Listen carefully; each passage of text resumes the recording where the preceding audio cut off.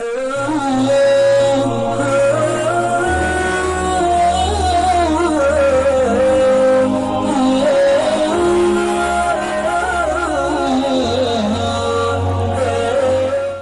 اور آیت سورۃ آل عمران کی ہے، یہ سارے دین کی روح ہے اور یہ دین کا مرکزی نقطہ ہے، مرکزی نقطہ۔ جیسے گاڑی ہوتی ہے نا، اس کا بیلنس کیا جاتا ہے تو پھر وہ صحیح چلتی ہے۔ اس کا ایک نقطہ ہوتا ہے، اس پر آ کر چاروں ٹائروں کو ایک جیسے زاویے پر جمع کرنا ہوتا ہے، پھر وہ صحیح چلتی ہے۔ اگر وہ بیلنس آؤٹ ہو جائے تو سوزوکی ہو یا لینڈ کروزر ہو، وہ سیدھی نہیں چلے گی، کبھی یوں ہو جائے گی، کبھی یوں ہو جائے گی، کبھی یوں، وہ خود بھی تھکے گی اور مسافر کو بھی تھکائے گی۔ تو ہر چیز کا سینٹر پوائنٹ جب صحیح ہوتا ہے تو وہ چیز صحیح چلتی ہے۔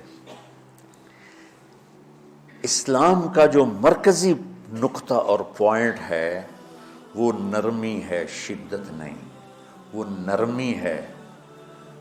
وہ عبادات اور باقی ساری چیزیں اپنی اپنی جگہ پر، لیکن ان سب کو جوڑنے والی جو چیز ہے وہ نرمی ہے۔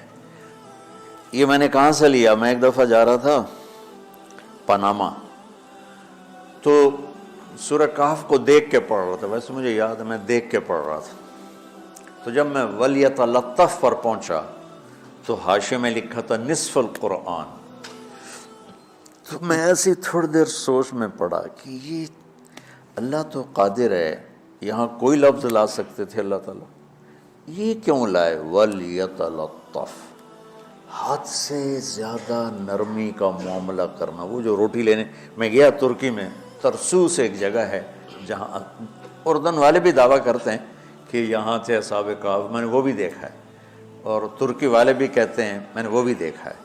تو ترکی والا قرآن کی تعبیر سے زیادہ جوڑ کھاتا ہے، اردن والا جوڑ نہیں کھاتا ہے۔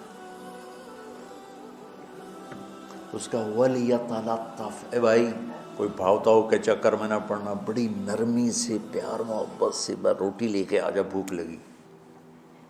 اور صیغہ مبالغے کا ہے، تلطف، تفاعل، مبالغہ اور تکلف۔ تو تمہارے اندر اگر سختی ہے پھر بھی تم با تکلف نرمی کرو، تمہارے اندر شدت ہے پھر بھی اپنے اوپر نرمی طاری کرو۔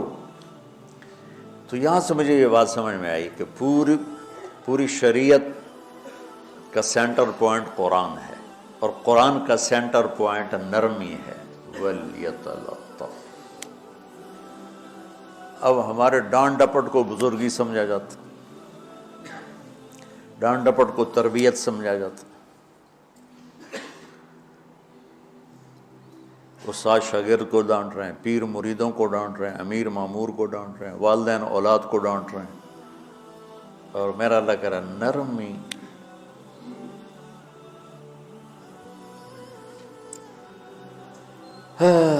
اب آیت سنو، یہ بات سمجھ میں آ گئی؟ اب آیت سنو، اللہ تعالیٰ فرما رہا ہے اپنے محبوب سے،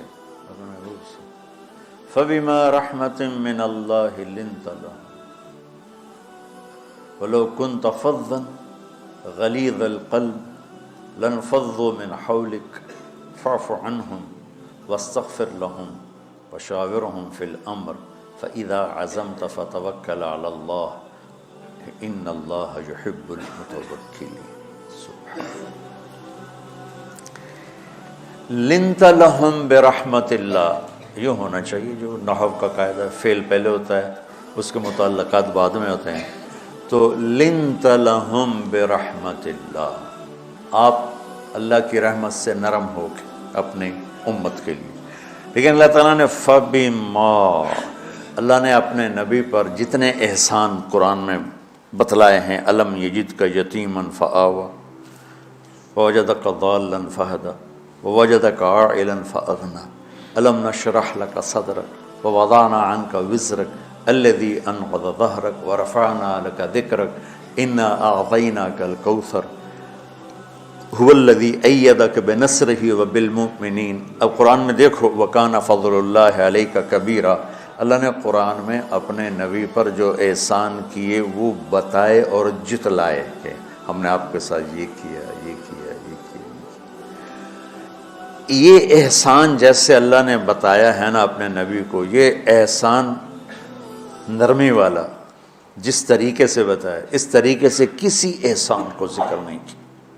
فَبِمَا، میرے ہاتھوں کو دیکھو، ہم